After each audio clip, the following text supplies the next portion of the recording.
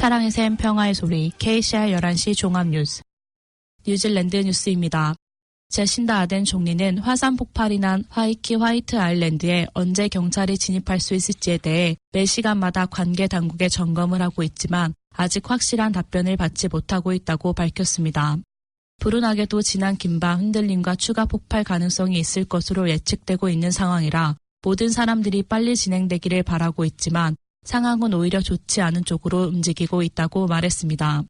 스튜어트 내시 경찰부 장관도 섬 내부 상황이 안전하다고 여겨지면 곧바로 진입할 것으로 밝혔지만 상황 판단을 위해 여러 관련 과학자들과 전문가들의 조언에 따를 수밖에 없으며 지금 상황은 아직까지 위험하다고 말했습니다.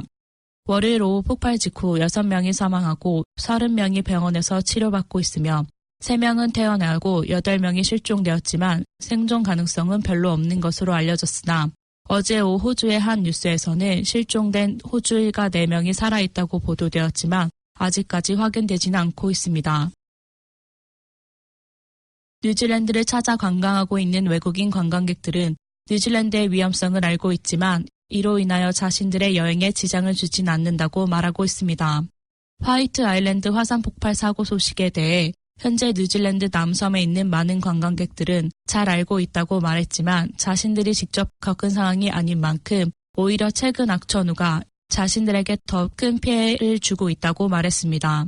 톤가리 지역에서 관광객들을 대상으로 비즈니스를 하고 있는 한 업체 관계자는 자연과 어울리는 많은 액티비티들에 대한 위험성을 방문객들에게 인지시키도록 하는 것도 관련 업계가 해야 할 일종의 일이라고 말하였습니다.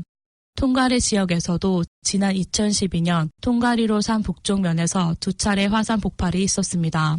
투어리즘 인더스트리 아우테아로의 대표는 화이트 아일랜드의 화산 폭발 사고로 이 섬 관광을 중단해야 하지 않나는 질문에 관광업계에서는 안전에 대한 많은 준비를 더 할 수 있다고 보며 섣부르게 당장 결정한 일은 아니라고 말했습니다. 서해안 민방위 직원들은 이번 주 폭우로 인한 산사태와 홍수로 고립되었던 관광객들이 남겨두었던 80개의 렌터카를 찾고 있습니다. 지난 주말 웨스트랜드 주요 곳곳 도로가 산사태와 홍수로 인한 피해를 입었고 약 1000명의 관광객들이 프란츠 요셉에 고립되었습니다. 관광객들 중 여유가 있는 사람은 헬리콥터를 이용해 지역을 빠져나오면서 렌트카를 현지에 두고 나왔습니다.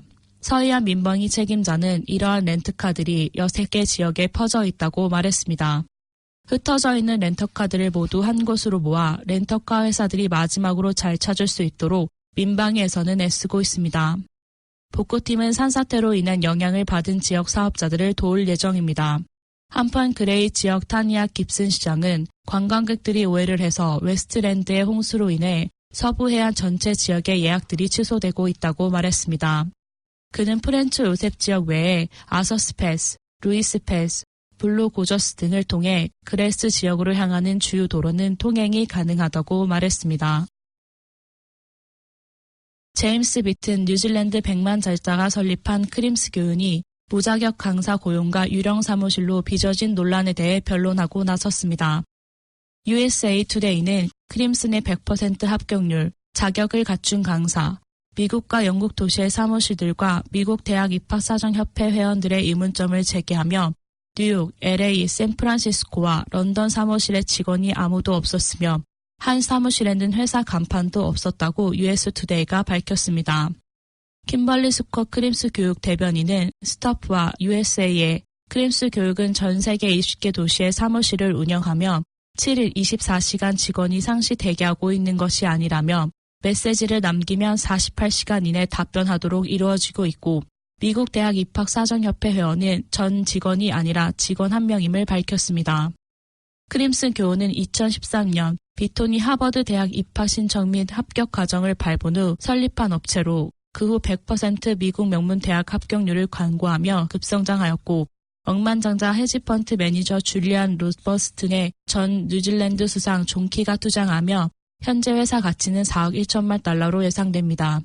2015년에서 2017년까지 존 키의 아들 맥스 키도 크림슨 강사로 일했으며 11년 비톤은 온라인 고등학교를 운영하겠다며 크림슨 국제학교를 등록한 바 있습니다. 운전기사들의 무임승차 파업 후 NZ 버스 회사는 크리스마스까지 오클랜드 주요 버스 노선의 운행을 취소한다고 밝혔습니다. 현재 몇몇 주요 노선이 리치드사에 의해 대체 운행되고 있습니다. 리치드사에 의해 대체 운행되고 있는 버스가 도미니언 로드와 발모럴 로드 코너에서 NZ 버스 운전기사 시위대와 마주쳤고 시위대 운전기사들이 버스 진행을 가로막는 일이 발생했습니다. 시위대 중에 한 버스 기사가 버스에 올라 버스 운전기사와 언쟁이 오갔으나 버스는 곧 운행을 재개했습니다. NZ 버스 운전기사들은 임금 인상과 처우 개선을 위한 파업을 이어왔으며 지난주에는 승객들의 무임승차 파업을 실시했습니다. 그러나 버스 회사 측은 도미니언, 샌드람, 마누카우, 마운트 이든 등의 도로를 포함한 주요 노선들의 버스 운행을 크리스마스까지 취소하겠다고 오클랜드 교통부에 고지하고 800명의 버스 운전기사를 정지시켰습니다. 노조 측인 퍼스트 유니온과 회사는 일요일 11시 협상이 결렬된 후 월요일 협상을 재개했으나 여전히 해결책을 찾지 못하고 있어 오클랜드 시민들의 어려움은 계속 이어질 전망입니다. 정신질환과 중독에 대한 새로운 조사 연구 결과에 따르면 마오리 사람들이 정신질환과 중독에 가장 취약하다고 밝혀졌습니다.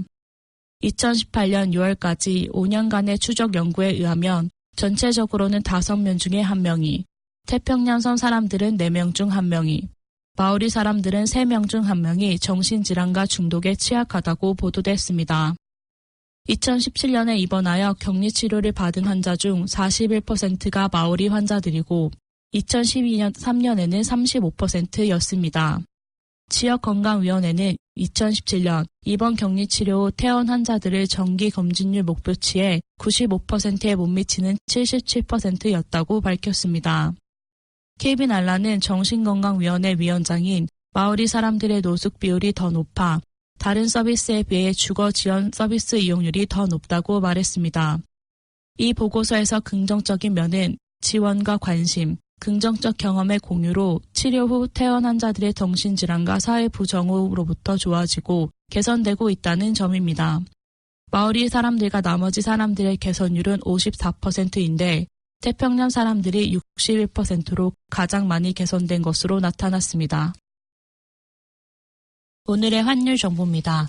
뉴질랜드 달러와 대비 원화 기준 환율은 780원 62전, 한국에서 보낼 때 788원 42전, 한국에서 받을 때 772원 82전입니다. 끝으로 날씨입니다. 오클랜드 오늘은 맑고 화창한 날씨가 계속되겠습니다. 낮 최고 기온은 24도로 예상됩니다. 금요일인 내일도 맑고 화창한 날씨가 이어지겠습니다. 아침 최저 기온은 17도, 낮 최고 기온은 23도로 오늘보다 조금 낮겠습니다. 지금까지 김유정이었습니다.